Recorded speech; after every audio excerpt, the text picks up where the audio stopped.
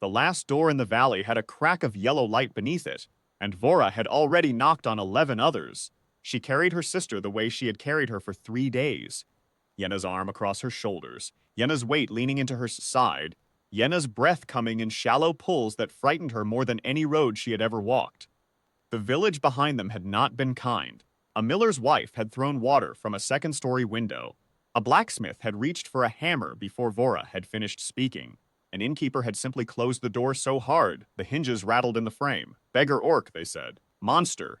Move along before we fetch the constable. She had moved along. She always moved along. She had been moving along for 2 years, ever since the clan elders had declared her sister a burden and Vora's refusal to leave Yenna a disgrace. They had not used kind words for it. They had opened a different kind of door, the kind that only swings one way. The sign above the last crack of yellow light read Aldrich's Apothecary in plain painted letters. A mortar and pestle carved into the wood above the name, worn smooth by years of weather. Vora shifted her sister's weight and knocked. The man who opened the door was not young, and he was not large. He had the broad, unhurried hands of someone who spent his days at a work table, and eyes the color of river stones, steady, gray, difficult to read. He looked at Vora, he looked at Yenna.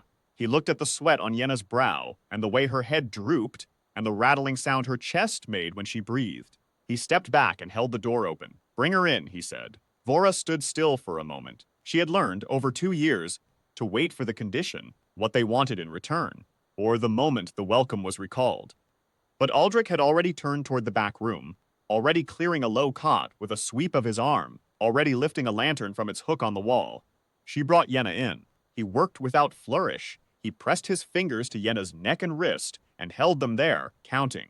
He lifted her eyelids gently and looked at the whites. He set a kettle to heat on the small iron stove in the corner and opened a cabinet that ran the full height of the wall. Rows of stoppered bottles and paper-wrapped parcels and small clay pots, each one labeled in the same plain hand as the signs outside. He pulled 3 things from the cabinet without hesitating. He measured them with the calm precision of a man who had done this 1,000 times. "Valley fever," he said, not looking up from the kettle. "She's had it 3 or 4 days, I'd guess. Longer, and we'd be having a different kind of conversation." "4 days," Vora said. He nodded once. He poured and stirred and waited. When the draft was ready, he showed Vora how to hold her sister's head and how to tip the cup so Yenna would swallow slowly. Yenna managed it. She managed 2 cups before the fever let her sleep. Aldrich brought a second blanket without being asked. "There's a room through that door," he said, tilting his head toward the back of the shop. "Small but warm. The stove shares a wall." He paused. He looked at Vora with those riverstone eyes. "You look like you haven't slept in some time either." "I'm fine," Vora said. He made a sound that was not quite agreement, and went back to his work table, and did not press her. There was a plate of bread and cold roast on the counter by the time she thought to look, set there quietly, without announcement. She ate it standing up, watching her sister breathe.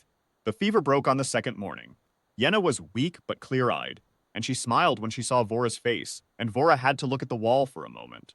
Aldrich asked no payment. He said so plainly on the first day and did not revisit it. What he did do, and this Vora had not expected, was talk to her, not at her, not past her. He asked her one afternoon while he was compounding a tincture whether she knew anything about iron leaf root. She answered before she thought about it.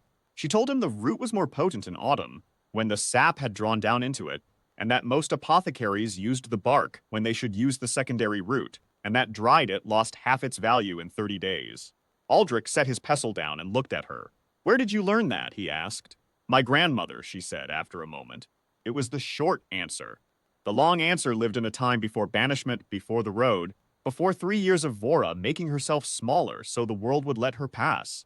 A time when she had been her clan's apprentice healer, when she had spent her childhood at her grandmother's knee, learning the names and natures of things that grew, when she had known, with the quiet certainty of someone who has found their work, exactly what she was supposed to do with her life. She had stopped thinking about that time. It was easier. But Aldrich kept asking, and she kept answering, and after a few more days, she found herself at his work table, without quite remembering how she'd gotten there, her hands moving through the work the way hands do when they have done a thing so many times it stops requiring thought. He watched her grind and sort and measure, and he did not say anything for a while. "You trained for this," he said finally. It was not a question. Vora looked at the dried herbs under her hands. "She said." He nodded. He handed her a label to write. She wrote it. He put it in the cabinet. That was all. No ceremony, no grand remark. But it was something, nonetheless. The fever came to the village in the third week of autumn. It came the way those things always come.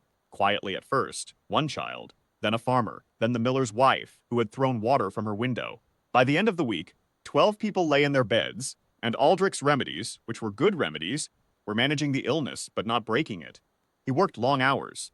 Vora worked beside him. She had stopped waiting to be asked. She recognized the sickness on the fifth day. She had seen it once before as a girl in the foothills north of her clan's territory. Her grandmother had named it then, a lowland fever that moved through villages in wet autumns, that looked like the common valley sickness, but ran deeper. And that did not respond to iron leaf or willow bark, but could be turned, cleanly and decisively, by a combination of gray bark and sweet moss root, steeped together for no less than a full day, given in small doses 3 times through the night.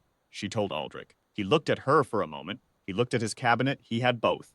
They brewed through the night together, Yenna sleeping on the cot in the back room, the stove throwing its warmth against the autumn cold outside. They did not speak much. The work spoke for itself. By morning they had enough, and Aldrich moved through the village with his bag, and Vora walked with him, and the people who took the medicine from his hands looked at her with a wariness she had long since learned to carry. Without flinching, the fever broke across the village in 3 days. On the 4th day, the village elders came to the apothecary's door, 3 of them in their good coats, carrying a wrapped parcel and a dignity they wore a little uncertainly. They had come to thank Aldrich. They said the right words. They gave him the parcel, a good knife and a month's credit at the mill, and a letter saying so in official script. Then the eldest of them looked past Aldrich's shoulder to where Vora stood at the work table, her hands still, watching. He cleared his throat. The healer, he said. He said it plainly, without the words that had followed her down the valley. Just those 2. We're grateful. Vora said nothing. She dipped her head once. After they had gone, the shop was quiet. The stove ticked. Yenna had come out of the back room and was sitting on the low stool by the door, a cup of tea in both hands, watching her sister with soft eyes. Aldrich was quiet for a moment. Then he said, without particular drama, there's more room in the back than I use, and I could use someone who knows the secondary route. Vora looked at the cabinet. She looked at her sister. She looked at the work table and the rows of labeled bottles, and the plain painted sign she could read through the window, backward from inside the mortar and pestle worn smooth by years of honest work. If it suits you, she said carefully, I think we would like to stay. Aldrich nodded once, as if this were a simple matter, which was exactly the way she had come to understand that he treated everything that mattered most. He put the kettle on.